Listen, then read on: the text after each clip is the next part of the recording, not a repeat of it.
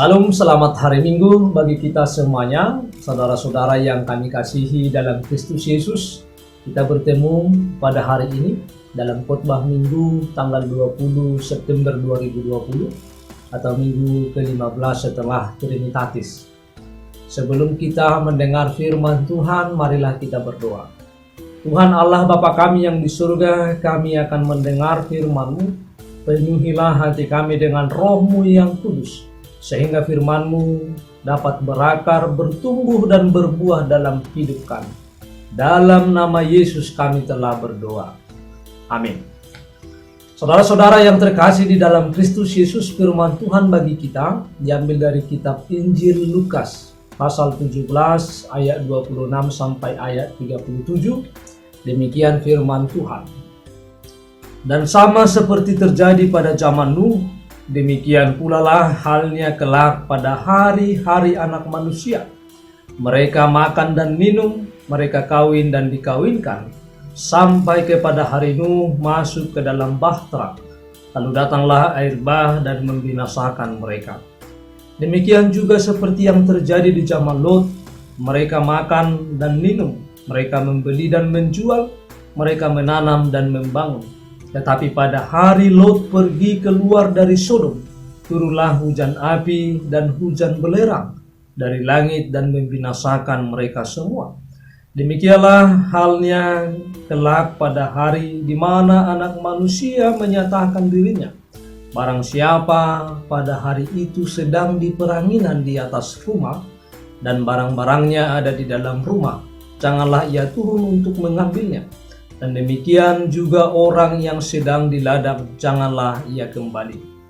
Ingatlah akan istri Lot. Barang siapa berusaha memelihara nyawanya, ia akan kehilangan nyawanya. Dan barang siapa kehilangan nyawanya, ia akan menyelamatkannya. Aku berkata kepadamu, pada malam itu ada dua orang di atas satu tempat tidur, yang seorang akan dibawa dan yang lain akan ditinggalkan. Ada dua orang perempuan bersama-sama menyilang, yang seorang akan dibawa dan yang lain akan ditinggalkan. Kalau ada dua orang di ladang, yang seorang akan dibawa dan yang lain akan ditinggalkan. Kata mereka kepada Yesus, "Di mana Tuhan?" Katanya kepada mereka, "Di mana ada mayat, di situ berkerumun burung nasab." Demikian jauh pembacaan firman Tuhan. Saudara-saudara yang terkasih di dalam Kristus Yesus, tema khotbah kita, Allah menyatakan kuasa-Nya melalui bencana alam. Tentu bahwa kita sudah sangat sering mendengar bencana-bencana alam yang terjadi di tengah-tengah dunia ini. Baik yang kita dengar melalui televisi atau yang kita baca di dalam media-media sosial, yang sudah sangat sering terjadi. Apakah itu banjir rutin yang terjadi di beberapa daerah, sampai dengan bencana alam yang fatal yang menimbulkan banyak korban. Apakah itu tsunami, banjir bandang, atau gempa bumi, tanah longsor, gunung meletus, dan masih banyak lagi. Saudara-saudara, di dalam semua bencana yang terjadi di tengah-tengah dunia ini, tidak ada seorang pun manusia yang dapat menjamin bahwa bencana tidak akan terjadi lagi di hari yang akan mendatang. Tetapi yang penting bagi kita adalah bahwa kita semuanya setia, dan kita semuanya dapat berjaga-jaga, dan kita semuanya diharapkan dapat tetap berkeyakinan kepada Tuhan di dalam segala situasi yang terjadi. Saudara-saudara yang terkasih dalam Kristus Yesus, bahwa tema khotbah kita pada saat ini adalah sangat menarik perhatian kita. Allah menyatakan kuasa-Nya melalui bencana alam. Di dalam perjanjian lama kita juga mengenal, mempelajari bahwa melalui bencana-bencana alam juga Allah menyatakan kuasa-Nya. Ketika umat Israel berada di tengah perjalanan menuju tanah perjanjian atau tanah Kanaan, bahwa Allah menampakkan diri kepada umatnya di Gunung Sinai. di mana di tempat itu bahwa dinyatakan bahwa seluruh gunung Sinai gemetar sangat, yang artinya bahwa terjadi gempa bumi ketika umat Israel juga menuju tanah Kanaan. Saudara-saudara yang terkasih di dalam Kristus Yesus, di dalam firman ini, di dalam Lukas pasal 17 ini, pada intinya bahwa Yesus mengisahkan perkataan mengenai kedatangan kerajaan Allah. Orang-orang Farisi beranggapan bahwa apabila bahwa Yesus itu adalah Mesias dan Yesus adalah anak Allah yang diutus oleh Allah, bahwa dia akan membentuk pemerintahannya dengan segera, dengan menyatakan kuasanya untuk menaklukkan negeri secara lahiriah. Tetapi Yesus mengatakan, dan Yesus memiliki rencana dan hal-hal yang berbeda dari kehidupan manusia. Yesus menyatakan di dalam ayat 20 bahwa kerajaan Allah datang tanpa tanda-tanda lahiriah. Yesus menggambarkan kedatangan Allah itu adalah seperti kedatangan bencana. Itu yang digambarkan Yesus dalam khotbah ini. Bahwa Yesus menggambarkan bahwa kedatangan anak manusia itu atau kedatangan kerajaan Allah itu adalah seperti kedatangan bencana. Misalnya Yesus menuliskan dalam firman ini seperti air bah pada zaman Nuh dan hujan belerang pada zaman Lot. Melalui jawaban Yesus kepada orang Farisi di dalam ayat 20. Kita akan bacakan di ayat 20, dikatakan, atas pertanyaan orang-orang Farisi, apabila kerajaan Allah akan datang, Yesus menjawab, katanya, kerajaan Allah datang tanpa tanda-tanda lahiriah. Saudara-saudara yang terkasih di dalam Kristus Yesus, apa yang terjadi pada zaman Nuh? Pada zaman Nuh adalah terjadi air bah yang melingkupi, yang menutupi seluruh permukaan bumi, yaitu dengan bencana alam. Mengapa bencana alam ini terjadi? Apakah bencana alam ini adalah merupakan rencana Allah? Apakah bencana alam ini adalah merupakan hal atau sudah diprogramkan oleh Allah? Tentu tidak. Saudara-saudara yang terkasih di dalam Kristus Yesus, bahwa bencana alam terjadi adalah penyebabnya dan sumbernya adalah bukan Allah, tetapi sumbernya adalah manusia itu sendiri. Pada zaman Nuh, bahwa tidak ditemukan lagi orang-orang yang saleh, orang-orang yang beriman, orang-orang yang taat kepada Tuhan. Pada zaman Nuh, bahwa dosa umat manusia tidak dapat lagi diampuni oleh Allah dalam kehidupannya. Maka Allah menyatakan kuasanya lewat bencana alam, ingin memulihkan keadaan dunia ini dengan memakai Nuh sebagai orang yang beriman yang akan diselamatkan. Saudara-saudara yang terkasih, ketika umat manusia selalu beriman kepada Allah, maka hal itu akan selalu dipakai oleh Allah sebagai Allahnya untuk menyelamatkan dunia ini. Pada zaman Nuh kita melihat bahwa penderitaan yang begitu luar biasa yang membinasakan dunia ini. Yang selamat adalah hanya 4 orang, Nuh. Yang selamat adalah Nuh dan keluarganya yang naik ke dalam bahtera, dan seluruh isi dunia ini. Yang selamat adalah Nuh dan keluarganya di dalam bahtera itu. Saudara-saudara yang terkasih, sama juga seperti pada zaman Lot di Sodom dan Gomora, bahwa tidak ada lagi ditemukan di Sodom dan Gomora orang-orang yang beriman kecuali keluarga Lot, yaitu ada 4 orang. Ini adalah merupakan bencana alam bahwa Allah menyatakan kuasa-Nya di dalam bencana alam itu, supaya orang-orang yang beriman di dalam bencana alam itu dapat diselamatkan oleh Allah. Dan bahkan kita mengetahui bagaimana negosiasi Abraham kepada Allah melalui dua syafaatnya kepada Allah. Abraham meminta, kalau ada orang yang percaya sebanyak 50 di Sodom dan Gomora, apakah Allah masih membinasakan Sodom dan Gomora? Ternyata bahwa Allah tidak melihat ada 50 orang. Dan sampai selanjutnya Abraham juga bernegosiasi tawar-menawar kepada Tuhan sampai kepada angka yang ke-10. Ternyata tidak ada lagi ditemukan 10 orang, orang yang percaya, orang yang beriman kepada Tuhan. Tetapi semuanya adalah telah berontak kepada Allah, telah melakukan kejahatan-kejahatan dan kekerasan di tengah-tengah kota itu. Sehingga Allah menyelamatkan Lot dan keluarganya dan membawa ke tempat yang lain. Dan Sodom dan Gomora dibinasakan oleh Allah dengan mendatangkan bencana alam di tengah-tengah kota itu. Saudara-saudara yang terkasih di dalam Kristus Yesus, dan kita melihat di dalam firman ini tadi dikatakan, ingatlah akan istri Lot. Istri Lot adalah orang yang selalu memikirkan yang terikat dengan harta, memikirkan kekayaannya, sehingga dia tidak mengikut Tuhan dengan tulus, sehingga dia mati pada saat itu.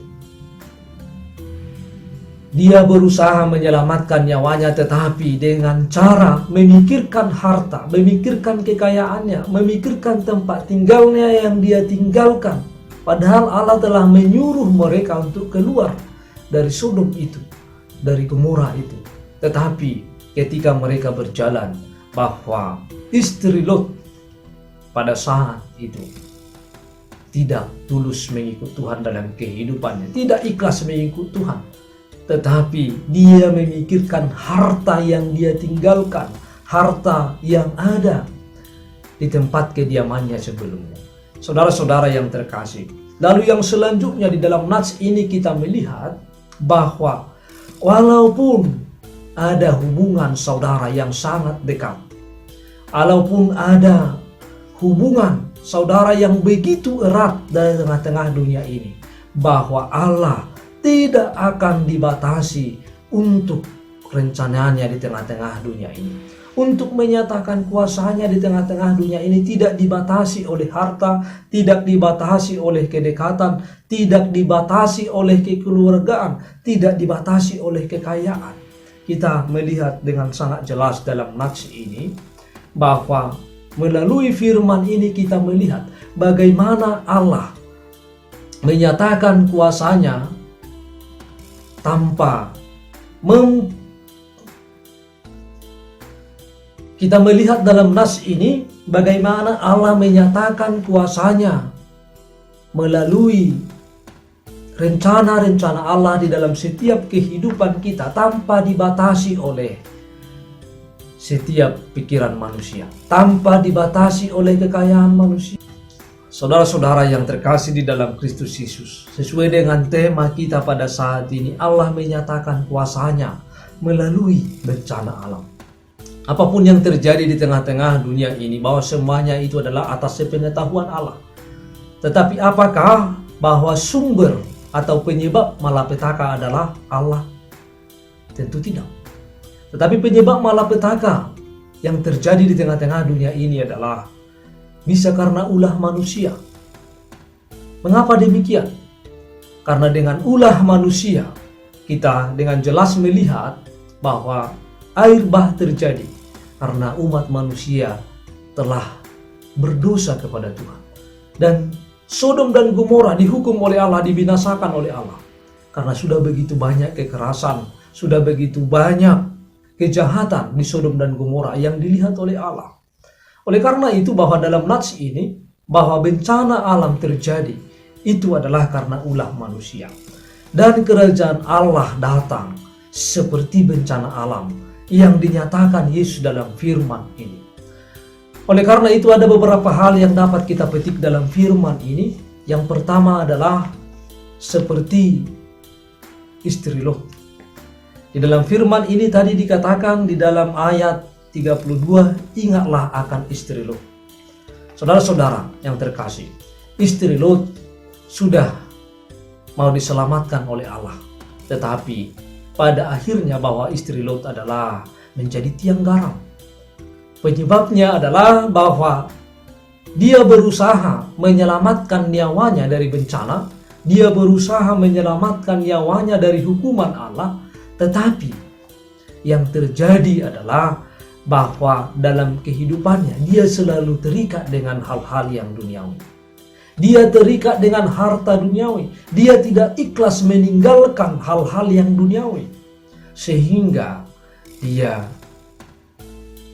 juga memperoleh hukuman yang datangnya daripada Tuhan. Saudara-saudara yang terkasih, barang siapa yang mau menyelamatkan nyawanya, dia akan kehilangan nyawanya. Tetapi barang siapa yang kehilangan nyawanya, ia akan memperoleh kehidupan. Yang artinya bahwa banyak orang yang mau menyelamatkan nyawanya dengan cara-cara yang tidak benar. Dengan mengumpulkan harta sebanyak-banyaknya, dengan memikirkan harta sebanyak-banyaknya di tengah-tengah dunia ini seperti istri Lot, sehingga dia kehilangan nyawanya. Banyak orang yang mau mencari keselamatan dengan cara-cara atau tanda-tanda lahiriah, dengan cara-cara lahiriah. Tetapi firman Tuhan mengatakan barang siapa yang kehilangan nyawanya, dia akan memperoleh. Barang siapa yang kehilangan nyawanya karena imannya kepada Tuhan, maka Tuhan akan menyelamatkannya.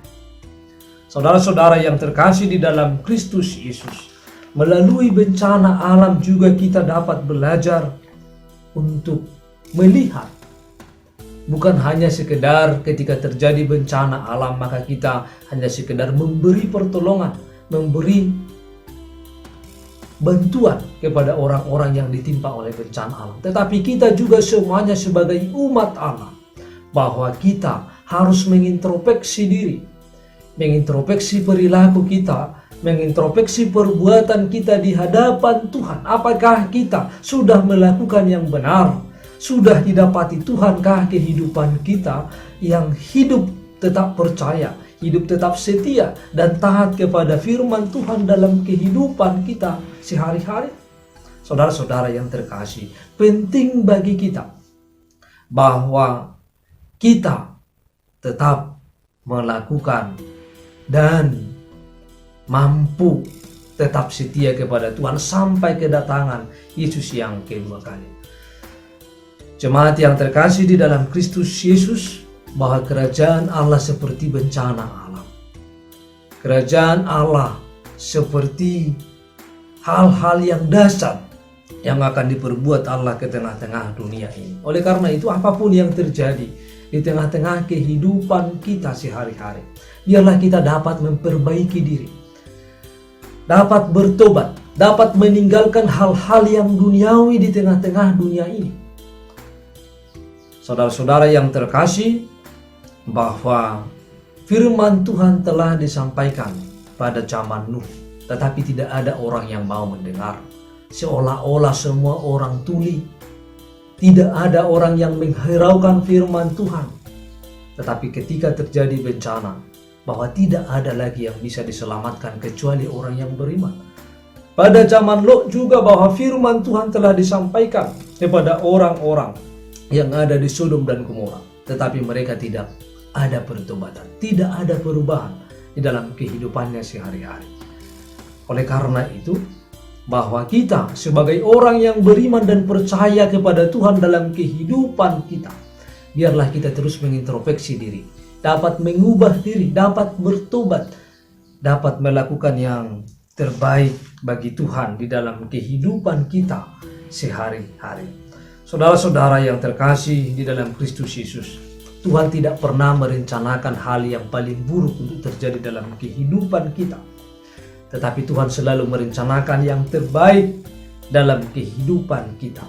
Dan Tuhan akan selalu mendatangkan kebaikan bagi kita ketika kita terus beriman kepada Tuhan. Dalam situasi buruk pun, dalam bencana yang begitu dahsyat pun, bahwa Tuhan memiliki rencana yang baik dalam kehidupan kita. Kita melihat bagaimana kehidupan Lot dan bagaimana kehidupan daripada Nuh, bahwa Nuh diselamatkan karena imannya. Lot juga diselamatkan karena imannya. Di dalam bencana yang luar biasa, bahwa Tuhan menyelamatkan orang-orang yang beriman. Oleh karena itu, biarlah kita selalu dapat mengalami perubahan ke arah yang lebih baik kepada Tuhan. Di tengah pandemi COVID-19 yang terus merajalela sampai pada saat ini. Ini adalah merupakan bencana dunia yang terjadi di tengah-tengah dunia. Pandemi yang mendunia pada saat ini. Biarlah kita tetap dilindungi dan disertai oleh Tuhan. Kita tetap dapat melakukan kehendak Tuhan di dalam situasi yang buruk sekalipun. Di dalam bencana yang mendunia ini pun, dalam pandemi COVID-19 ini, kita tetap dapat memperbaiki diri kita. Kita dapat terus mengarahkan hati dan pikiran kita kepada Tuhan. Kita dapat melakukan firman Tuhan dengan setia. Dan juga dapat percaya kepada Tuhan sampai kedatangan Yesus yang kedua kali ke tengah-tengah dunia ini. Saudara-saudara yang terkasih dalam Kristus Yesus, marilah kita terus merenung. Marilah kita terus merenungkan firman Tuhan dalam kehidupan kita, supaya Tuhan yang selalu mengizinkan kita untuk melakukan firman-Nya dalam kehidupan kita sehari-hari. Tuhan selalu mengizinkan hal